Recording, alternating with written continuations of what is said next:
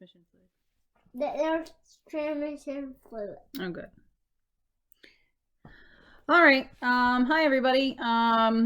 Today's lecture is going to talk about real gases. Real gases are a little bit different than ideal gases. Remember, ideal gases, Mom. the equation there was Mom. PV Mom. equals nRT. Mom.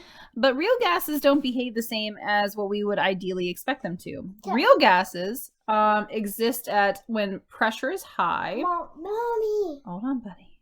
Pressure is high and temperatures are low. All right, so we actually have to do a little bit of fidgeting with the equation here to kind of give us an idea of how pressure and temperature in these real gases actually are going to affect a situation. And so there's two different equations we're going to look at. The first one is going to be, we're going to put this in a bracket, the observed pressure, we're going to call that P observed, is added to an A value. Now the A table and B table, as you will see over here, these are what we call van der Waals constants. There's an A constant and a B constant, you'll notice, and they are specific to different gases. And so the A times the number of moles divided by volume squared, we're going to put that in that bracket, and then we're going to multiply that by volume minus the number of moles, and we're going to multiply that by the B constant, okay?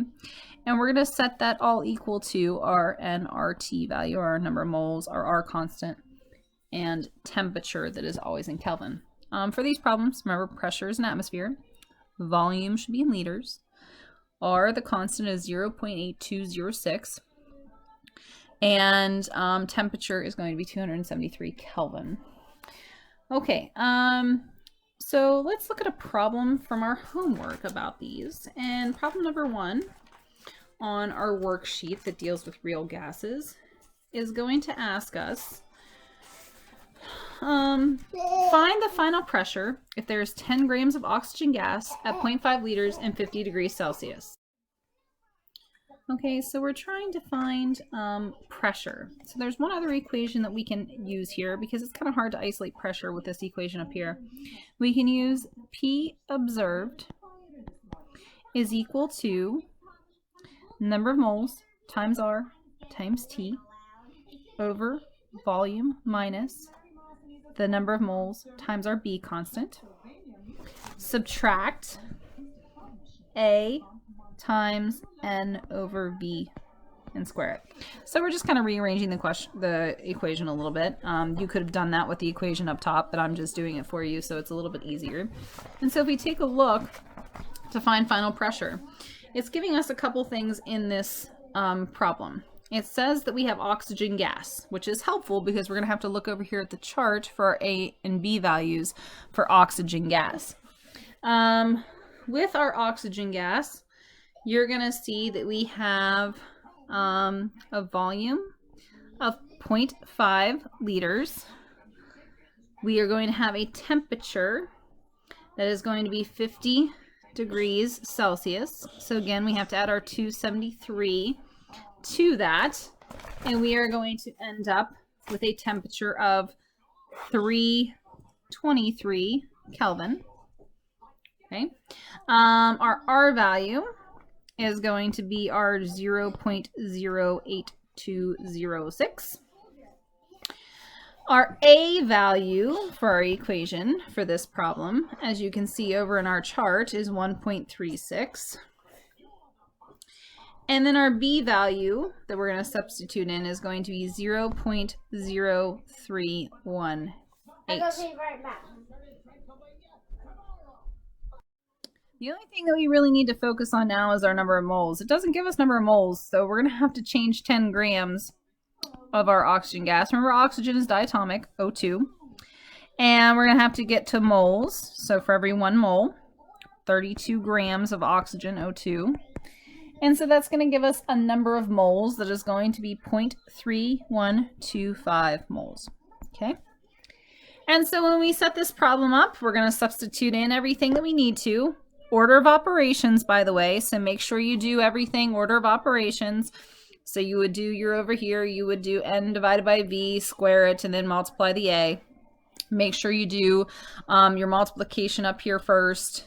Do your multiplication, subtraction here, and then divide the two. And in the end, you will get an answer that is the pressure 16.33 atmospheres. Okay, that is our new pressure, 16.33 atmospheres. Again, real gases behave in high pressures. 16.33, when our standard pressure is 1, 16.33 is high.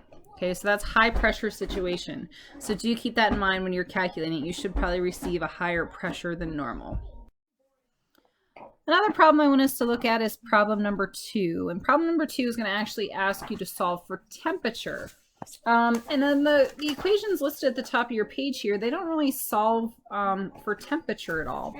But the easiest way to go ahead and rearrange the equation is to use the top equation and solve for T. And so what that's going to look like is you're going to have your P observed plus your A times N over V squared.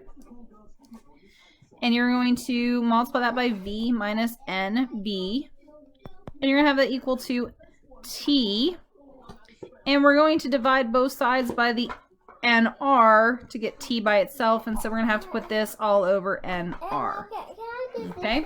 I'm sorry my writing is so sloppy. I'm using my finger on my Surface Pro computer because my pen recently broke and will not connect. So I'm sorry it's so sloppy. Hopefully in the next couple of days when I do more of these, it won't be as sloppy. All right, in number 2, there's a lot of things you have to change over. So first of all, it's giving you nitrogen gas, N2. So that's important. Again, when we come over here, we want to take a look at our N2 values for A and B.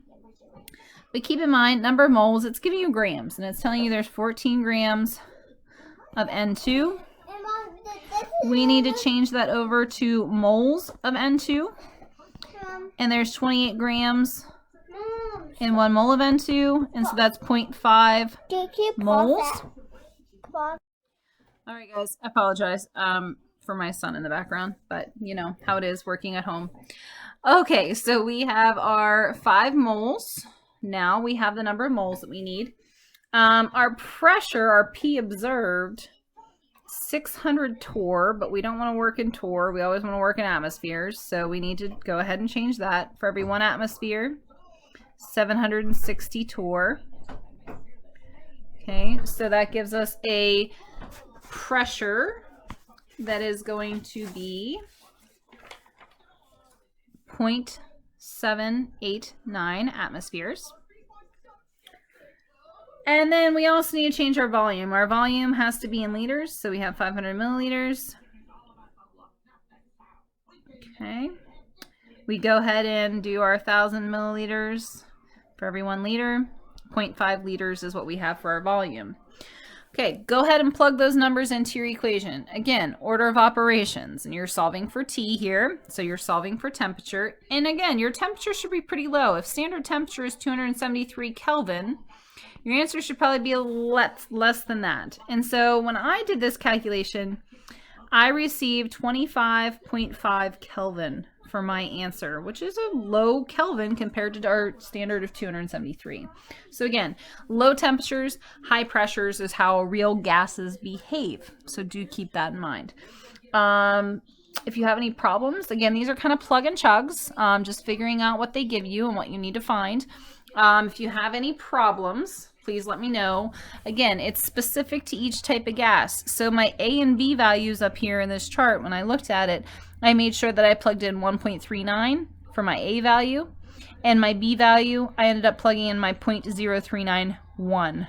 Okay, so please make sure that you do that whenever you are calculating these problems. You use the specific gas it's talking about. All right, if you have any problems, please email me. Get a hold of me on the Teams app. I'm always available every day.